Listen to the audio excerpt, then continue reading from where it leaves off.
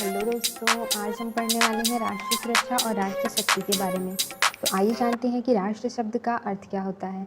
राष्ट्र शब्द से हमारा अभिप्राय जो है वो एक भौगोलिक, राजनीतिक और सांस्कृतिक इकाई से है।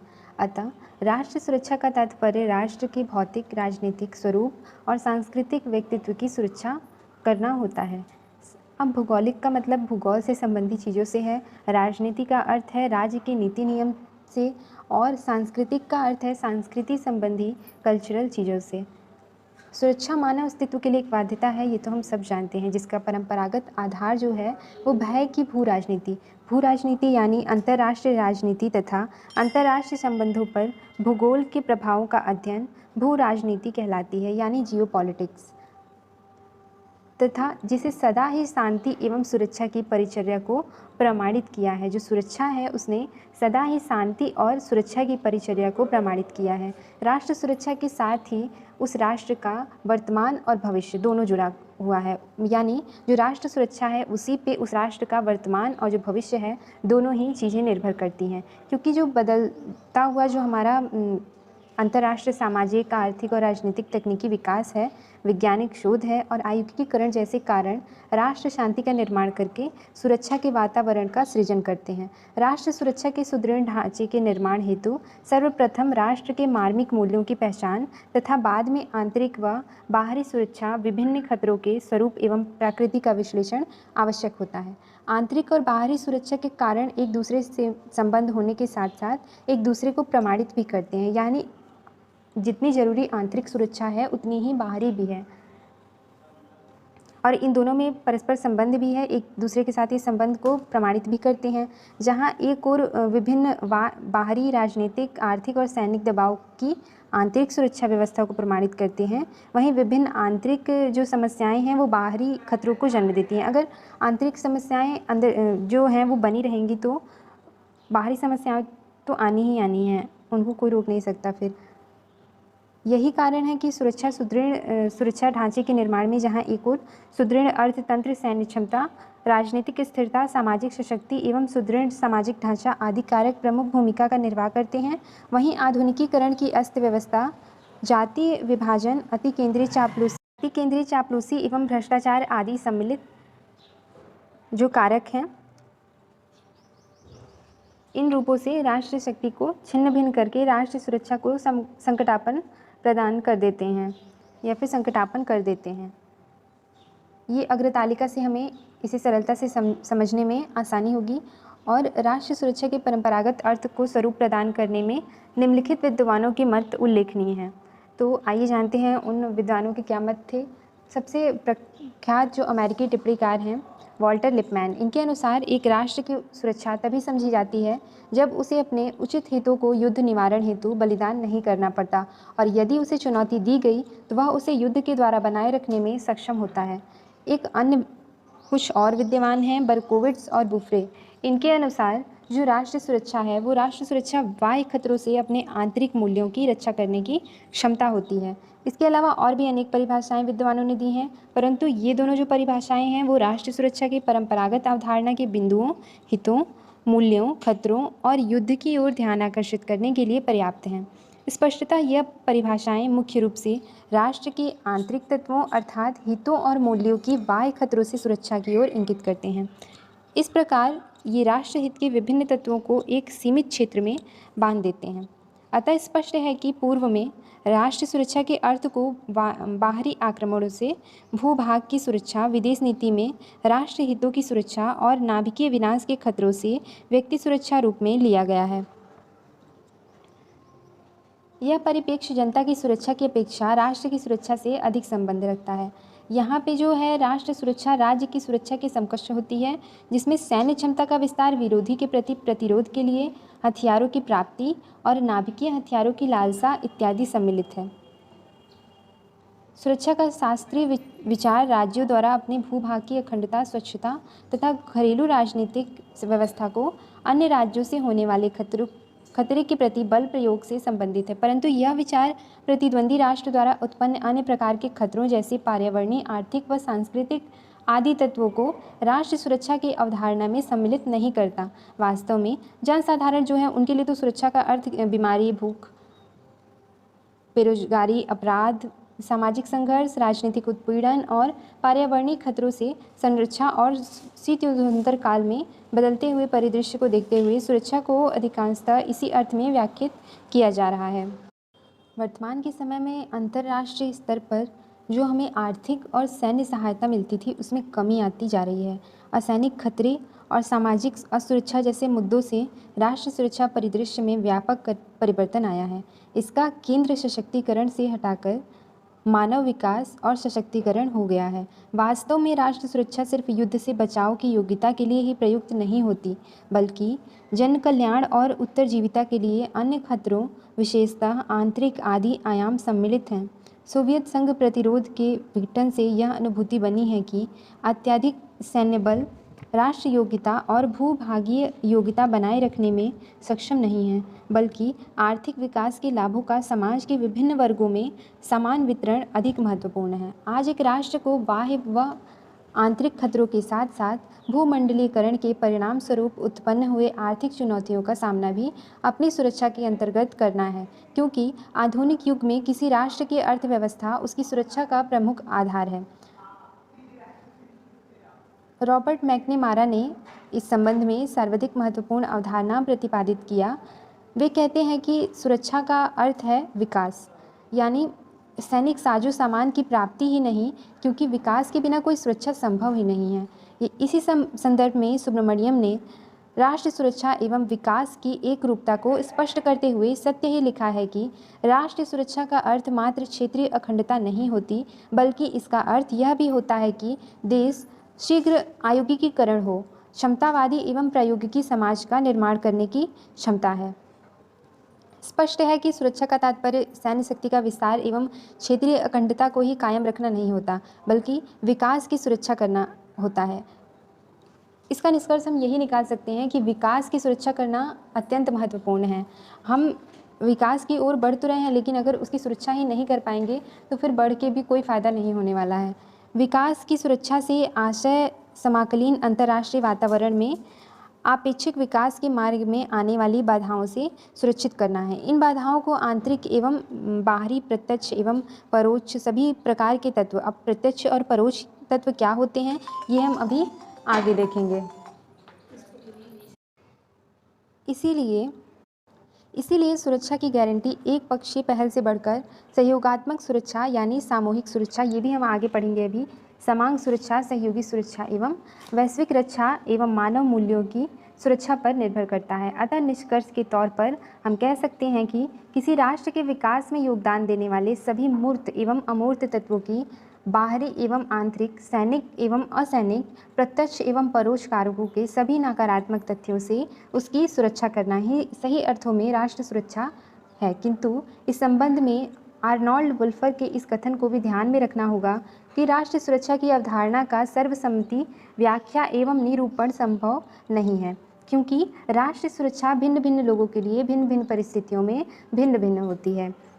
अब आइए जानते हैं राष्ट्र शक्ति के बारे में। राष्ट्र शक्ति क्या होती है? तो शक्ति जो है वो अंतर्राष्ट्रीय राजनीति का सार तत्व है, जिसकी प्राप्ति के लिए सभी राष्ट्र राज्य निरंतर प्रयास करते रहते हैं और पुरजोर कोशिश करते रहते हैं कि कैसे हमें शक्ति प्राप्त हो। शक्ति साधन और साध्य दोनों ही रूपों में अंतर्राष्ट्रीय राजनीति में अपनी भूमिका निर्धारित करता है। राष्ट्र हित, संघर्ष और शक्ति में अंतर्राष्ट्रीय राजनीति के ऐसे मूल तत्व हैं जिनके पारस्परिक संबंध शक्ति के निर्माण और अंततः विदेश नीति के संचालन के मुख्य भूमिका। एक बार फिर से देख लेते हैं। जो राष्ट्रहित, संघर्ष और जो शक्ति में अंतर्राष्ट्रीय राजनीति के मूल तत्व होते हैं, कुछ ऐसे मूल तत्व जिनके पारस्परिक संबंध शक्ति के निर्माण और अंततः विदेश नीति के संचालन में मुख्य भूमिका निभाते हैं। अंतर्राष्ट्रीय राजनीति के विश्लेषण से यह तथ्य स्पष्ट होता है कि सभी राष्ट्र अपने राष्ट्र हितों की पूर्ति हेतु अंततः शक्तिशाली बनना चाहते हैं। अतः जो राष्ट्र शक्ति का तात्पर्य उस क्षमता से है जिसके द्वारा कोई राष्ट्र अपनी इच्छा के अनुसार दूसरी राष्ट्र को प्रभावित कर सकने का प्रयास करता है।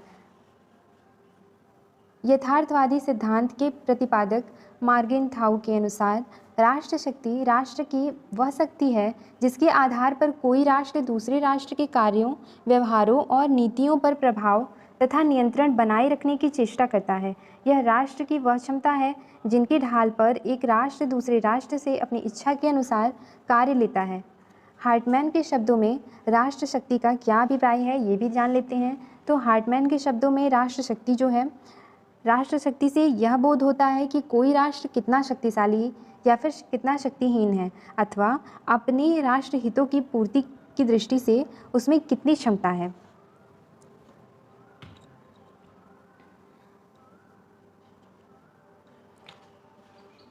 राष्ट्र शक्ति के दो आवश्यक उद्देश्य होते हैं, एक तो आत्मरक्षा, दूसरा प्रभाव विस्तार।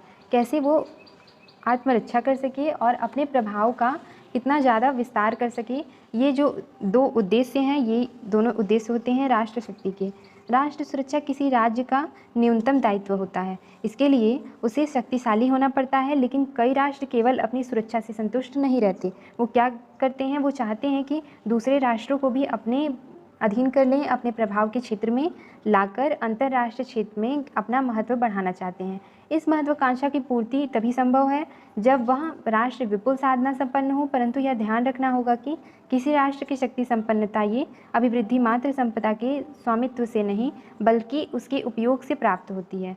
इस प्रकार राष्ट्र शक्ति विश्व राजनीति का अंतिम और निर्णायक तत्व है जिस पर प्रत्येक राज्य का अस्तित्व निर्भर करता है। राष्ट्र शक्ति के कुछ तत्व होते हैं, इन तत्वों के बारे में भी जान लेते हैं। तो शक्ति के इस प्रश्न पर विचार करना आवश्यक है कि शक्ति के वे कौन कौन से अव्यय हैं जिनकी प्राप्ति से और जिनके कुशल प्रयोग से कोई भी राष्ट्र शक्तिशाली बन सकता है। तो इस संबंध में मार्गन नेताओं ने और भी अन्य विद्वानों ने राष्ट्र शक्ति के निर्धारण में तत्वों का उल्लेख किया है, लेकिन हम मार्गन नेताओं के अनुसार यहाँ पे पढ़ेंगे कि इन्होंने राष्ट्र शक्ति के निर्धारण में किन तत्वों का उल्लेख किया है। तो इन्होंने दो तत्वों का उल्लेख किया है, वे तत्व जो कि सापेक्षिक दृष्टि से स्थायी अथवा मूर्त होते हैं, तथा दूसरे वे तत्व जो अस्थायी तथा अमूर्त होते हैं और निरंतर परिवर्तनों से प्रभावित होते रहते हैं। मूर्त व अमूर्त दोनों ही तत्वों के सम्मिलित योगदान से राष्ट्र शक्ति का निर्माण होता है। तो आइए जानते हैं मूर्त तत्व यानी टेंजिबल एलिमेंट्स क्या होते हैं। टेंजिबल एलिमेंट्स राष्ट्र शक्ति के मूर्त तत्व निम्नलिखित हैं। पहला भूगोल, दूसरा जनसंख्या, तीसरा क्षेत्रीय विस्तार, चौथा राष्ट्रीय संसाधन, पांचवा आयोगिक क्षमता, छठा वित्तीय क्षमता, सातवां वैज्ञानिक एवं तकनीकी प्राविधिक क्षमता। भूगोल के कुछ सब पॉइंट्स भी हैं हमारे पास, जैसे आकार, जलवायु, भू आकृति, अवस्थिति। तो पहले भूगोल के बारे में जान लेते हैं। भूगोल क्या है? तो राष्ट्र शक्ति के विभिन्न तत्वों में जो भूगोल होता है वो सबसे अधिक स्थायी तत्व माना जाता है, क्योंकि जो भूगोलिक कारक है जहाँ एक ओर किसी राष्ट्र की उत्पादन क्षमता, आयोगिक विकास, शक्ति, वैज्ञानिक प्रगति, यातायात एवं संचार प्रणाली के विकास में महत्वपूर्ण भूमिका निभाते हैं, वहीं दूसरी तरफ राष्ट्र सुरक्षा की नीति में निर्णायक युद्ध सिद्धांत, स्ट्रेटेजी एवं सामरिकी में भी प्रमुख होते हैं। अतः कहा जा सकता है कि भूगोल और राष्ट्र सुरक्षा का अभिन्न संबंध है जो अंततः राष्ट्र शक्ति का निर्माण करते हैं। राष्ट्र शक्ति की अभिवृद्धि में सहायक और सुरक्षा को प्रभावित करने वाली कुछ प्रमुख भौगोलिक तत्व निम्नलिखित हैं। पहला है आकार। बड़ी आकार वाले जो राष्ट्र होते हैं वो कई तरह से सहयोग प्राप्त कर सकते हैं। जैसे बड़ा क्षेत्र वाला जो राष्ट्र होगा उसकी जनसंख्या अगर अधिक हो तो वो उसको संभाल सकता है, उसके पास विभिन्न प्रकार के खनिज संसाधनों की संभावना हो सकती है, और लड़ाई के समय राष्ट्र जो है वो बिना समर्पण किए पीछे हट सकता है। कई तरह की सामरिक चालें भी चल सकता है और उद्योग के महत्वपूर्ण केंद्रों को राष्ट्र के सीमांतों से दूर रख सकता है। दूसरा जलवायु यानी क्लाइमेट। जलवायु का किसी देश के उत्पादन, सार्वजनिक स्वास्थ्य और चरित्र पर व्यापक प्रभाव पड़ता है। जलवायु संबंधी विभिन्न तत्व जैसे वायु, जल, तापमान आदि इस राष्ट्र की शक्ति, राष्ट्र सुरक्षा, स्ट्रेटेजी एवं सामरिकी को प्रभावित किए बिना नहीं रह सकते, क्योंकि अति कठोर जलवायु होने पर जो घनी आबादी का जीवन निर्वाह नहीं हो सकता और उसमें किसी आधुनिक आयोगिक समाज के पनपने की संभावना भी नहीं रहती। इतना ही नहीं, प्रतिकूल मौसम में सैन्य कार्यवाहियाँ पर्याप्त दुष्कर होती हैं। संभवतः इसी तथ्य को ध्यान में रखकर यह कहा जाता है कि सोवियत रूस की असली जो विजय का कारण था वो जनवरी और फरवरी माह था, यानी जनवरी और फरवरी माह को यहाँ पे सेनापति भी कहा गया है। तीसरा हमारा है भू आकृतियाँ, टोपोग्राफी। मेजर भारद्वाज का यह कथन है कि किसी प्रदेश विशेष का जो धरातल वहाँ पर लड़े जाने वाले मुहिमों को नियंत्रित करता है सर्वथा न्याय संगत है। अतः किसी भी कुशल कमांडर को अपनी रणनीतियाँ निर्धारित करते समय इस तत्व की अवहेलना कदापि नहीं करनी चाहिए। नदी, नाले, पहाड़, दलदली क्षेत्र एवं रेगिस्तान आदि सैनिक योजनाओं को तो प्रभावित करते ही हैं, साथ ही ये क्या करते हैं, व्यापार, तकनीकी प्रगति, परिवहन व्यवस्था और आदि पर अपनी अमिट प्रभाव छोड़ देते हैं, जो वस्तुतः राष्ट्र शक्ति व प्रतिरक्षा के प्रमुख आधार हैं। चौथा हमारा है अवस्थिति यानी लोकेशन। किसी भी राष्ट्र की शक्ति एवं प्रतिरक्षा में उसकी स्थिति का महत्वपूर्ण योगदान होता है, क्योंकि किसी राष्ट्र की स्थिति उसकी विदेश नीति और रक्षा नीति को प्रभावित करती है। पड़ोस में स्थित राष्ट्र उनकी विशेष जो विदेश नीतियां हैं, उनकी रक्षा नीति और उनकी सांस्कृतिक सम्मिलित रूप से पड़ोस स्थित राष्ट्रों की नीति के जो निर्धारण निर्णायक तत्व का काम करती हैं। अपनी अनुकूल स्थिति के कारण जो ब्रिटेन अपने को बृहद साम्राज्य के रूप में विकसित कर सका है और अपनी स्ट्रेटेजिक अवस्थिति के ही कारण अमेरिका स्थल शक्ति और सामुद्रिक शक्ति बना सका है। उपयुक्त विवेचन से स्पष्ट होता है कि जो भूगोल राष्ट्र शक्ति का एक प्रमुख तत्व है। शायद इसीलिए नेपोलियन ने कहा था, एक देश की विदेश नीति इसके भूगोल द्वारा निर्धारित होती है। आधुनिक तकनीकी परिस्थितियों में भूगोल राष्ट्र शक्ति को सीमित रूप से निर्धारित करता है। दूसरा मूर्त तत्व है जनसंख्या यानी पॉपुलेशन, जो राष्ट्र उत्पादन में वृद्धि, आयोगिक संसाधनों के चलन, सैन्य सेवा तथा आर्थिक वृद्धि आदि कार्यों के लिए यांत्रिकृत युग में मानवीय तत्व अपना महत्वपूर्ण स्थान रखते हैं। अधिक जनसंख्या अधिकतम योग्य सैनिक, वैज्ञानिक व मजदूर उपलब्ध कराती है।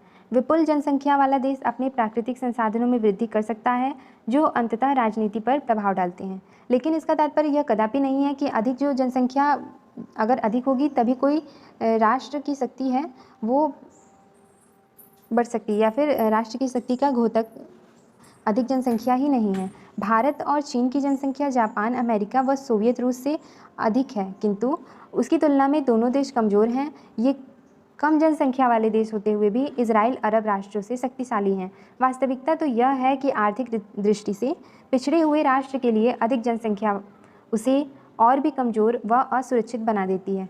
अतः स्पष्ट है कि जनशक्ति का होना राष्ट्र सुरक्षा व शक्ति का अभाव तो अवश्य है, किंतु इसका स्वरूप संख्यात्मक न होकर गुणात्मक होना चाहिए। सुयोग स्वास्थ्य, देशभक्त तथा राष्ट्र चरित्र और राष्ट्र मनोबल से युक्त नागरिक ही सही अर्थों में सुरक्षा के आधार होते हैं। इन गुणों से हीन जनसंख्या वास्तव में राष्ट्र शक्ति की शक्ति एवं सुरक्षा को और कमज़ोर बना देती है। इसीलिए नेपोलियन ने कहा है कि जो भगवान हमेशा उसी देश का साथ देता है या फिर उसी देश के साथ रहता है जहाँ विशाल सेना होती है। तीसरा तत्व है क्षेत्रीय विस्तार, एक्सटेंट ऑफ टेरिटरी। किसी भी राष्ट्र का क्षेत्रीय विस्तार उसकी रक्षा नीति के स्वरूप, रक्षा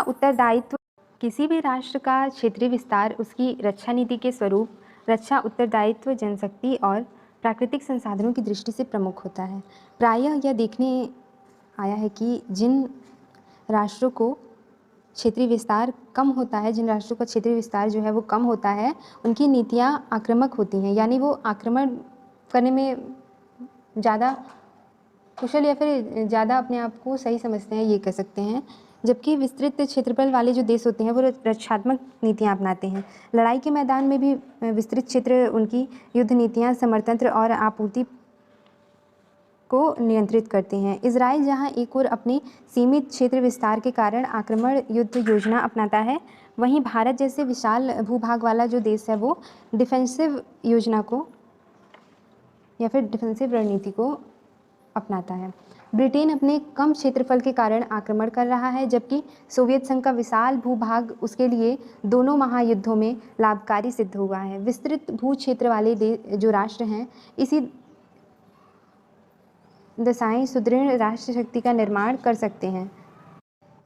कब राष्ट्र शक्ति का निर्माण कर सकते हैं? जब वे खदान और प्राकृतिक संसाधनों की दृष्टि से पर्याप्त हों, साथ ही साथ वे अपने विस्तृत क्षेत्र के अंदर राष्ट्र एकता, चुस्त प्रशासन और सांस्कृतिक समन्वय आदि तथ्यों को भी बनाए रखने में सक्षम हों। अन्यथा इनका अभाव उन्हें समृद्ध और सुरक्षा की दृष्टि से कमज़ोर बना सकता है।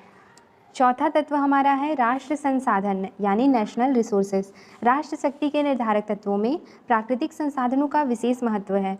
प्राकृतिक संसाधन राष्ट्र की पूंजी होते हैं। ये तभी सार्थक होते हैं जबकि राष्ट्र उनका समुचित दोहन और उपयोग कर सके। प्राकृतिक संसाधनों में खदान और कच्चा माल दोनों शामिल किए जाते हैं। कच्चे माल में खनिज पदार्थ, वनस्पतिक उत्पादन तथा पशुधन शामिल किए जाते हैं। खदान की दृष्टि से आत्मनिर्भर राष्ट्र निश्चित रूप से उस देश की अपेक्षा लाभ की स्थिति में होता है जो समुचित मात्रा में खदान पैदा न कर दूसरे देशों से उनका आयात करता है। कच्चे माल में कोयला, लोहा और पेट्रोल मुख्य हैं, क्योंकि ये तीनों ही वस्तुएं आधुनिक उद्योग धंधों तथा व्यवसाय के आधार हैं तथा ये अंतर्राष्ट्रीय संबंधों में भी महत्वपूर्ण भूमिका निभाते हैं। यथार्थ को वर्तमान में नाभिकीय शक्ति के संदर्भ में जो यूरेनियम है जो यथार्थ को वर्तमान में नाभिकीय शक्ति के संदर्भ में यूरेनियम है, वो यूरेनियम का राजनीतिक महत्व अब और भी बढ़ गया है और अतः जो कोई राष्ट्र आर्थिक और सैनिक दृष्टि से तब तक सफल नहीं हो सकता जब तक कि उपरोक्त संसाधन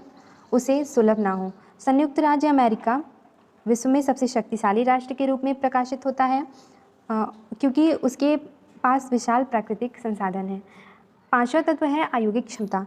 किसी भी राष्ट्र की शक्ति उसकी आयोगिक क्षमता पर भी निर्भर करती है, क्योंकि राष्ट्र की अभिवृद्धि में आयोगिकीकरण का प्रमुख स्थान रहा है।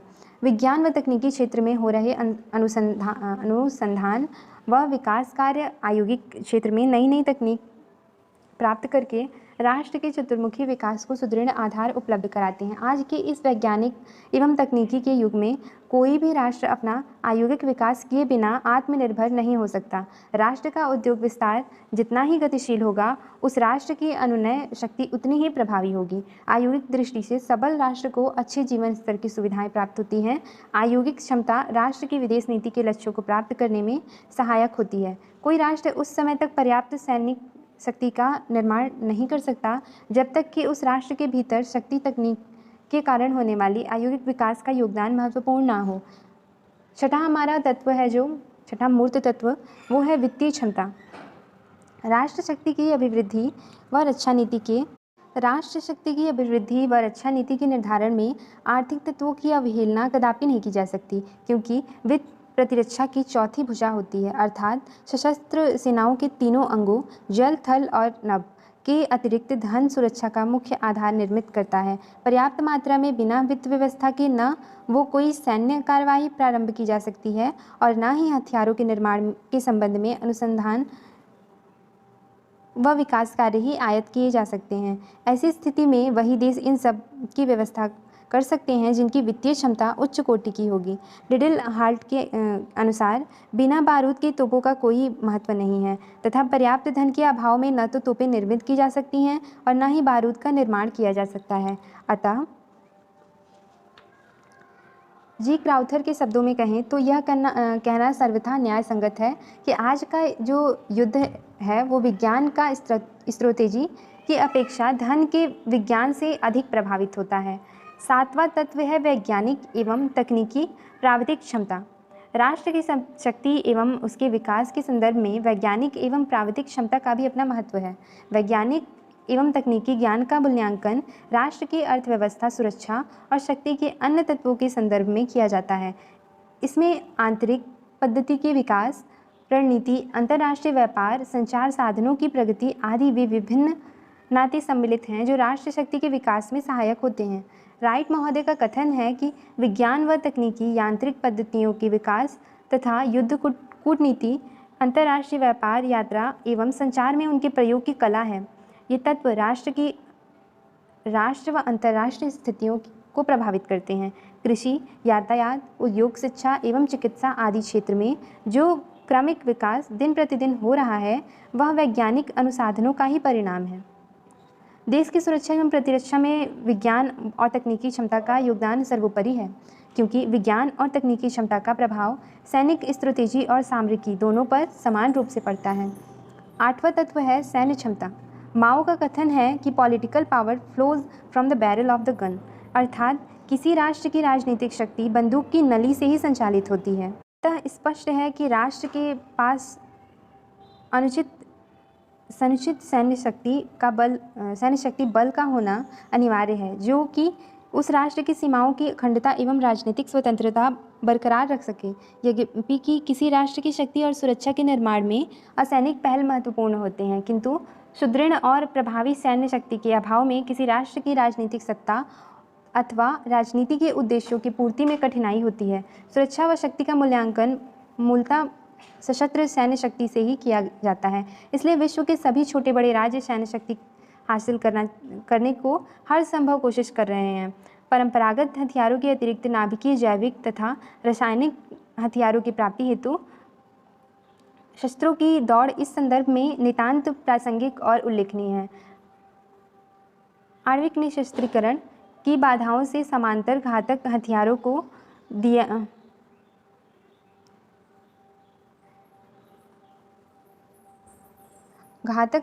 दिया जा रहा है।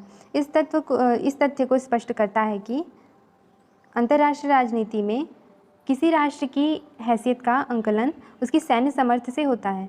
सोवियत विघटन के पश्चात विश्व की एकमात्र शक्ति के रूप में अमेरिका का स्थान इस संदर्भ में उल्लेखनीय है। आर्थिक शक्ति होते हुए भी जर्मनी और जापान की विश्व राजनीति में वह स्थान नहीं प्राप्त है जो अमेरिका, रूस व चीन को प्राप्त है। अब देखते हैं अमूर्त तत्वों के बारे में। तो पहला हमारा मूर्त तत्व है विचारधारा।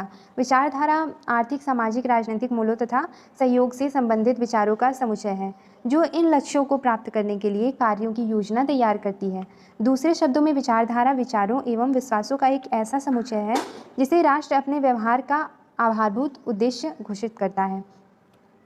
विचारधारा राष्ट्र के नागरिकों को परस्पर जोड़ने, समर्पण की भावना उत्पन्न करने और सरकार को अपने नागरिकों का समर्थन प्राप्त करने में सहायता करती है। इसलिए कोई राष्ट्र अपने लक्ष्यों की पूर्ति शक्ति सामर्थ्य से तब तक नहीं कर सकता जब तक कि उसके पास कोई अच्छी विचारधारा ना हो। लाभ। विचारधारा के कुछ लाभ हैं। यह राष्ट्र एकता एवं लोगों का समर्थन प्राप्त करने में सहायता देती है।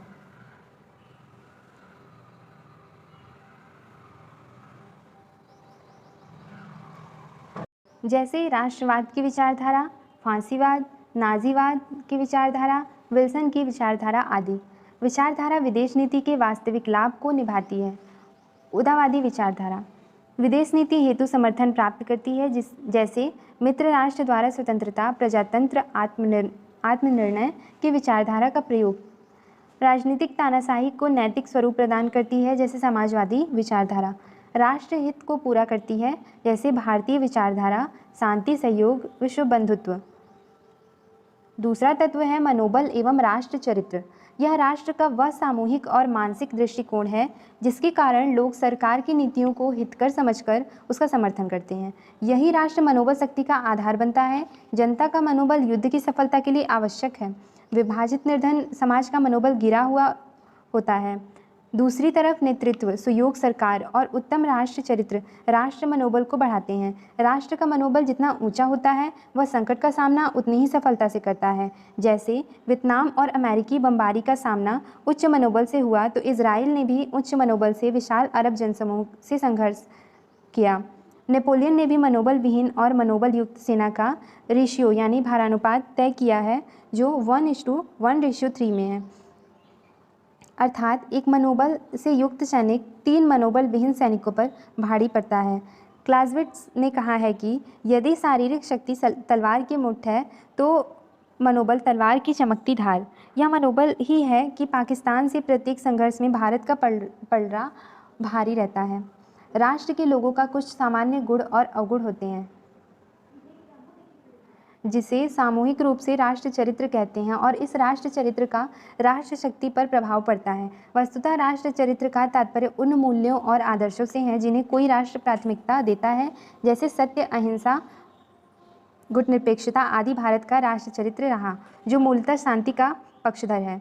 इसी तरह अफगान का लड़ाकू चरित्र उसके उथल पुथल का कारण बनता है। इसी प्रकार जापान, जर्मनी देशों का राष्ट्र चरित्र उनके पराभव से उत्थान का कारण बनता है। तीसरा तत्व है नेतृत्व।